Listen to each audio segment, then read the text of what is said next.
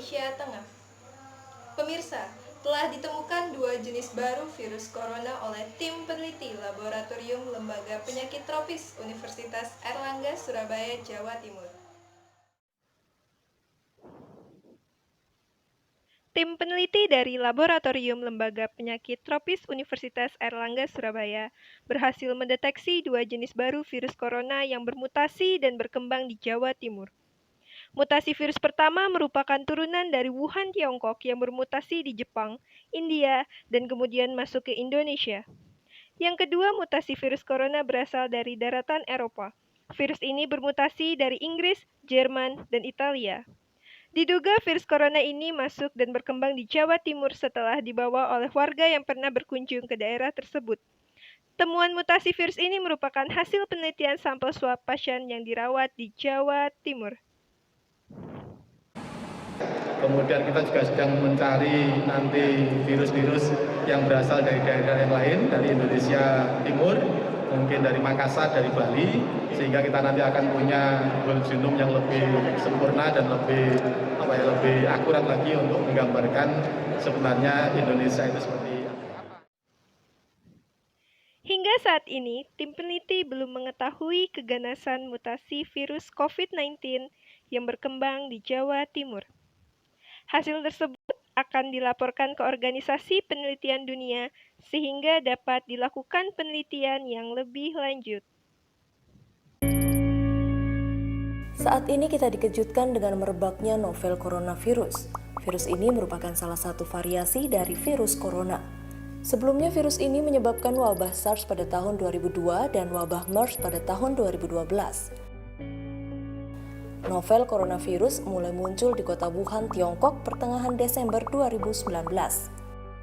Virus corona merupakan golongan penyakit zoonosis, yaitu menular dari hewan ke manusia.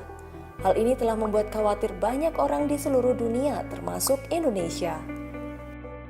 Data WHO hingga 28 Januari 2020, 4.593 kasus terinfeksi dan 106 kasus meninggal dunia. Apabila manusia telah terinfeksi virus ini, maka gejala yang timbul, demam lebih dari 38 derajat Celcius, batuk pilek, sesak nafas, sakit tenggorokan, letih, dan lesu. Pada kasus yang lebih parah, infeksi dari virus corona dapat menyebabkan pneumonia, sindrom pernafasan akut, gagal ginjal, hingga kematian. Perlu diketahui, masa inkubasi novel coronavirus diperkirakan bisa mencapai 14 hari sebelum gejala muncul, dan orang yang terinfeksi bisa menularkan ke orang lain meskipun belum ada gejala. Hingga saat ini belum ada obat atau vaksin untuk mengatasi virus ini, maka lebih baik kita melakukan pencegahan sedini mungkin. Berikut standar pencegahan agar kita tidak terserang virus corona. Gunakan masker, cuci tangan menggunakan sabun secara teratur, tutup mulut dan hidung dengan siku tertekuk ketika batuk dan bersin, masak daging dan telur hingga matang, hindari kontak dengan siapapun yang menderita demam dan batuk.